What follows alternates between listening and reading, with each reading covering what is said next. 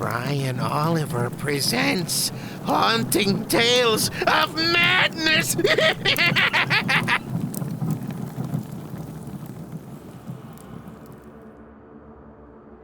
Monsters End, written by Karen D. Smonson, narrated by Kendra Miller. Chapter 1. It had only been 2 hours ago that he had seen her walking with a pair of binoculars watching for birds. She had been friendly and sweet to him. She didn't mock his size, she complimented his truck, and even giggled a bit when he said he was a dog person and she acknowledged she was a cat person. Still, even so, he was going to murder her. He had done it before, and he would do it again. In his mind, it was just another part of his week. He didn't hate her. She did not remind him of an abusive mother. She had only made one mistake, really. She had agreed to let him give her a lift back to town. It had only been 2 hours since he decided she was going to die. He rolled off of her and looked into her cold eyes as they glanced lifeless and cold toward the night sky. His evil act was complete, but it brought him no satisfaction. Perhaps that was the bigger insult. Not only had he taken her from her home, beaten her, strangled her, and then raped her, but he was unable to get any physical pleasure from it. He couldn't come and had a hard enough time keeping himself hard. In his twisted mind, it was a mercy to her that he took her life before disrobing her. He stands and places his trucker hat upon his large head. He looked down to the girl and shivered to see her eyes. Grabbing her by the feet, he dragged her over to the ditch and rolled her over. He figured it might be best to take care of any extra physical evidence, and being as this was a dry part of the country, he knew things would take off quickly. After he finished pouring petrol over the body, he lit a cigarette and then tossed the match onto her body. As he drove away, he looked in his rearview mirror, then to the road in front of him. To see him, you would never know what he had just done. He would never even admit it to himself. The crime was exactly what it was, though. He had taken her, he had strangled her, and he had raped her dead body, then lit her on fire. Now, he was going to drive home, feed his dog, and get a solid 8 hours. The man was a sick fuck, but he did not comprehend it. The fire had burned for nearly 15 minutes before the emergency services arrived. The body was nearly cremated in the blaze. Authorities would have to use her dental records to identify her.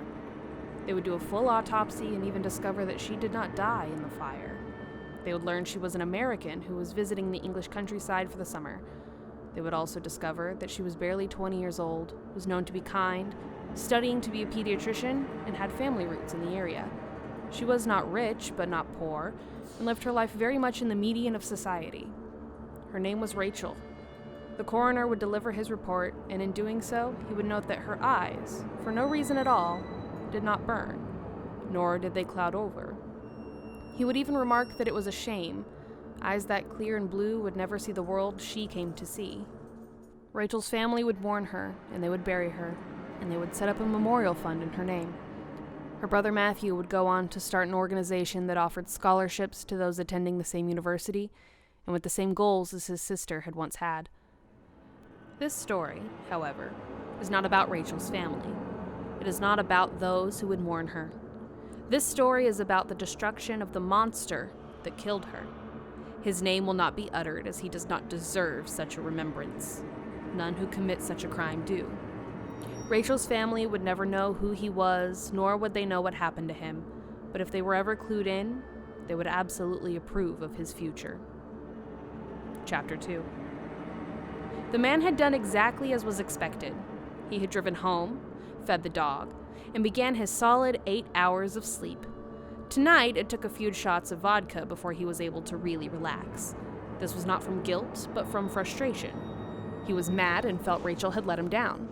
He cursed her a few times, then took another shot and got in bed. As he laid there, tossed and turned until he was finally off to dreamland. From outside, his dog chewed on the food in his bowl and then looked up and began to bark. He barked louder and louder. The man could hear him and sprang up. He yelled from his room for the dog to shut your fucking yap, you dumb bitch, and then tried to muffle the sound with a pillow. Then he heard the dog yelp and whimper. It whimpered louder. The man assumed perhaps a mountain lion or possibly a bear was outside. He pulled on his pants and grabbed a shotgun. The man walked carefully out the front door and hollered, but the dog did not respond. He creeped out to the porch and then shrieked as the dog fell in front of him. There was a chain wrapped around the dog's head and then around a beam on the porch. The man fell back and fired, blowing his former pet to bits and pieces of blood and guts. The man screamed and spat guts from his mouth. He ran inside as the chain swung back and forth. It still held part of the dog. And the blood that dripped along the porch dried almost immediately. Inside, he picked up his phone from the wall and the handset sparked, burning his earlobe. He dropped the phone and held his gun. "Who the fuck is out there?" He heard no response, but the wind began to howl. He looked outside and rubbed his eyes. He could swear he had just seen a woman out by his truck. He ran back out with the gun raised. No one was there. Then a fire started inside the cab of his truck. That could not be possible, but it was happening right in front of him.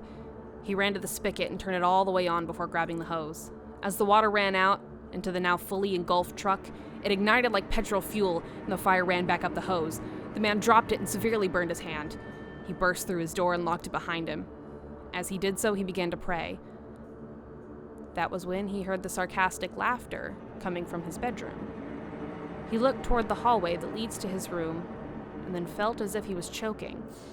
He coughed several times over the kitchen sink. To his horror, maggots began to spew from his mouth. Hundreds, if not thousands, of maggots filled his sink. He turned and felt a rush of hot air blow him over, causing him to knock items off of his countertop. He fell backward and landed on a now broken wooden kitchen spoon. The broken handle tore his jeans and found its unholy mark cutting into his rectum. He howled in pain and rolled over to his hands and knees. He reached back, and when he pulled the wood from his backside, it splintered. The man threw up from the pain and used all his strength to stand up. He now not so much walked, but waddled towards his room. A ghostly figure that stood in his room looked into his eyes with more hate than most could fathom feeling. The man cried and shrieked, then fell to his knees like a bumbling fool. He begged for mercy and forgiveness. He tried to explain that he was just sick in his head and did not know how to help himself. He tried to explain that he just thought she was pretty. He sobbed large tears and shook in her presence. The figure was suddenly next to him and grabbed him by the neck. The figure lifted him up, holding his throat so tight he could only breathe enough to stay conscious. Crying, snot running down his nose, the man begged, now only with his eyes, that he be shown kindness. The ghostly figure moved its face close to his and screamed a banshee scream. The man felt every touch. He felt the life crushed out of him, just as it had been crushed out of Rachel, just as it had been crushed out of the others as well. There had been Jennifer, Abigail, Sandra, Kim, Melinda, Tiffany, Ben, Tommy, and his first victim, his own cousin, Margaret. He died once for each life he took. He had been strangled once for each throat he crushed. He had been penetrated for each time he did so to others against their will. Then, the phantasm lifted his face and squeezed before speaking to him. Your punishment will never cease. 2 days later, the sheriff arrived for a welfare check, seeing as the man had missed 2 days of work with no call. He looked around outside and took note of how clean the man's truck was. He knelt down and smiled at the dog who sat, still tied up and by now hungry. The dog was pleasant, though, and the sheriff used the hose to pour the dog some water. He knocked twice and then opened the door. Nothing seemed amiss inside. The sheriff made his way to the bedroom and found the man. He laid on the floor, crying, weak and mumbling to himself. He looked up as the sheriff stood over him. "I confess," he screamed. "I killed that girl." He looked into the sheriff's face and screamed in agony as his heart erupted in his chest. The monster had met his end, and eternal torment was just around the corner.